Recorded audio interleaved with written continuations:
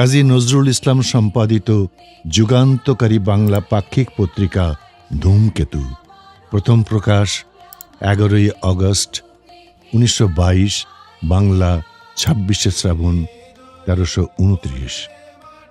British বিরোধী জাতীয়তাবাদ, স্বাধীনতার আকাঙ্ক্ষা, সামাজিক অন্যায়ের প্রতিবাদ এবং যুব সমাজকে জাগিয়ে তোলাই ছিল ওই পত্রিকার প্রধান উদ্দেশ্য। প্রথমে 4 পৃষ্ঠার হলেও পরে এটি 8 পৃষ্ঠায় সম্প্রসারিত হয়। ধূমকেতুর পাতায় নজরুলের বহু বিখ্যাত কবিতা ও প্রবন্ধ প্রকাশিত হয়েছে।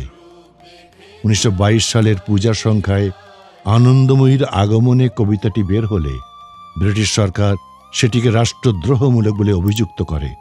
1923 সালের 23শে জানুয়ারি নজরুল গ্রেপ্তার হন এবং 1 বছর কারাভোগ করেন। তাঁর কারাবাসের সময়ের সম্পাদনার দায়িত্ব অন্যরা পালন করলেও আগের মতো পত্রিকাটির বিপ্লবী তেজ আর বহাল থাকেনি। 1923 সালের মার্চে এর প্রকাশনা বন্ধ হয়ে যায়। ধূমকেতুর প্রকাশকাল দীর্ঘ নয়, কিন্তু তার প্রভাব সুদূর প্রসারী। বাংলা সাংবাদিকতায় সাহসী সম্পাদকীয় প্রকাশের অবস্থান গুরুত্বপূর্ণ উদাহরণ এবং সাহিত্য ও রাজনৈতিক সংগ্রামকে এক সূত্রে গাঁথার একটি স্মরণীয় নিদর্শন হিসেবে আজও আলোচিত ধূমকেতু। পত্রিকাটি কাজী নজরুল ইসলামের সম্পাদনা জীবনের অন্যতম শ্রেষ্ঠ অবদান হিসেবে বিবেচিত।